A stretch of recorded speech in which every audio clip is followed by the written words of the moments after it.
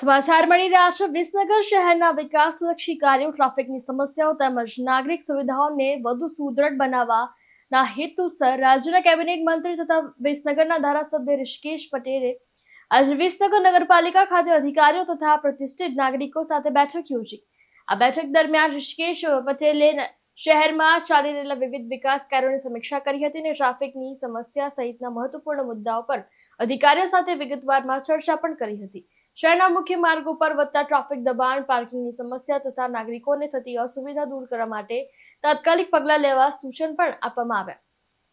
તેમણે અધિકારીઓને સૂચન આપ્યું હતું કે તમામ વિકાસલક્ષી યોજનાઓમાં ઝડપ લાવી સમય મર્યાદામાં કામ પૂર્ણ થાય તે દિશામાં ધ્યાન આપવું જોઈએ। ત્યારે નાગરિકોને મૂળભૂત સુવિધાઓ જેવી કે પાણી, રસ્તા, સફાઈ, લાઇટ જેવી જરૂરી સુવિધાઓમાં ગુણવત્તા જળવાય તે માટે પણ સ્પષ્ટ માર્ગદર્શન આપવામાં આવ્યું હતું। બેઠક દરમિયાન વિસનગર પાલિકાના પ્રશ્નોને લઈને ગામના પ્રતિષ્ઠિત લોકો અને લોકપ્રતિનિધિઓ સાથે ચર્ચા વિમર્શ પણ થયો હતો। તો બેઠકમાં ઉપસ્થિત લોકોએ શહેરના વિવિધ વિસ્તારની સમસ્યાઓ રજૂ કરી હતી।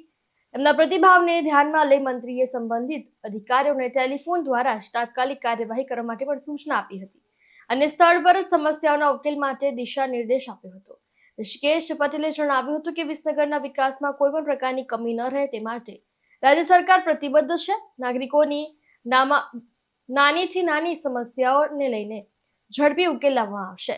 આ બેઠક દ્વારા વિસનગરના વિકાસ કાર્યોમાં નવી ગતિ આવશે એવી આશા નાગરિકોમાં વ્યક્ત થઈ રહી છે।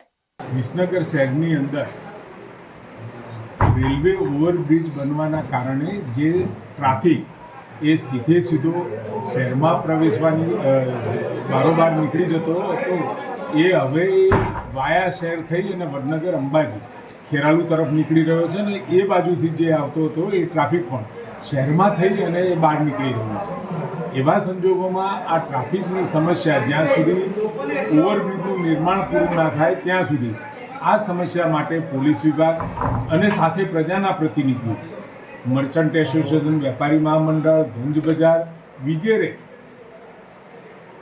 સભ્યો સાથે વિગતે ચર્ચા કરી અને એના પ્રોબેબલ સોલ્યુશન સાથે એમાં ગટરનો વિષય, નગરપાલિકાના કરોડો રૂપિયાના કામ અત્યારે વિકાસલક્ષી ચાલી રહ્યા છે અને સદર ચાલુ વર્ષનું ચોમાસું સતત એક ધારું પડવાના કારણે વિસનગરના નાગરિકોને પડેલી મુશ્કેલીઓ અને આગામી સમયમાં એ ઝડપથી એ મુશ્કેલીઓમાંથી કેવી રીતે નીકળી શકાય એ બાબતની મિટિંગ હતી અને ટૂંક સમયમાં ઘણા બધા મુદ્દાની ચર્ચા થઈ છે અને એ મુદ્દાઓ ઉપર probable SP Shri Himanshu Shukla, DYSP Shri, PI Shri, chief officer Shri, પ્રાંત ઓફિસર વગેરે બધા અધિકારીઓ, જીયુડીસીમાંથી પણ અધિકારીઓ, આરએનબીના અધિકારીઓ સાથે બેસીને વિગતે આગામી સમયમાં ઓછામાં ઓછી તકલીફે વિસનગરનો ટ્રાફિક સુચારું ચાલુ રહે અને ક્યાંય પણ નાની મોટી મુશ્કેલી ના પડે એના માટેની આજની મિટિંગ હતી।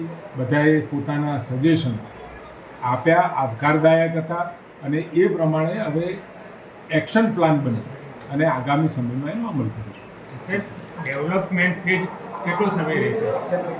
જ્યાં સુધી આ બહુ ક્લિયર છે કે જ્યાં સુધી આ ઓવરબ્રિજનું કામ નિર્માણ પૂરું નહીં થાય ત્યાં સુધી જે મુખ્ય રોડ, જે સ્ટેટ હાઈવે છે, સ્ટેટ હાઈવે રોડનો ટ્રાફિક એ શહેરમાં થઈને જે પસાર થઈ રહ્યો છે એને નિયંત્રિત કરી અને લોકોને પણ હાલાકી ના પડે અને ટ્રાફિકને પણ હાલાકી ના પડે એ રીતના વિચારણા માટે આજની મિટિંગ હતી। સાહેબ, ભારે વાહનોને પણ મનમાની અમુક વખતે સામે આવતી હોય છે, એ લોકો માટે કોઈ સૂચન કરવામાં આવ્યું? એમાં જે કલેક્ટરશ્રીએ જાહેરનામું પાડ્યું છે, બહાર પાડેલ જાહેરનામા પ્રમાણે એ ત્યાં ચેકપોઇન્ટ્સ ઉપર વધારે સઘન કોઈપણ સાધન, વાહન, ભારે વાહન એ શહેરમાં આ બાજુ વિસનગર બાજુ ના આવે ને એમના નિર્ધારિત કરેલા રૂટ ઉપરથી અહીંયા આવે, એ રસ્તો ક્રોસ કરે એના માટેની પણ ચર્ચા થઈ છે।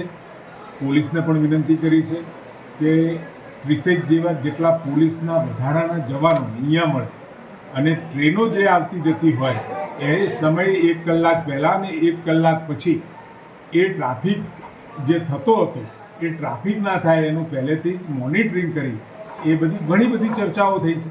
એટલે અને દર અઠવાડિયે, દર 15 દિવસે બનાવેલી કમિટી અધિકારીઓ સાથે બેસી અને પડેલી મુશ્કેલીઓને નિરાકરણ માટેની ચર્ચાઓ પણ કરવાની છે। પ્રકાશ સોની સાથે વસીમ મંસૂરી, ચક્રવાત ન્યૂઝ, વિસનગર।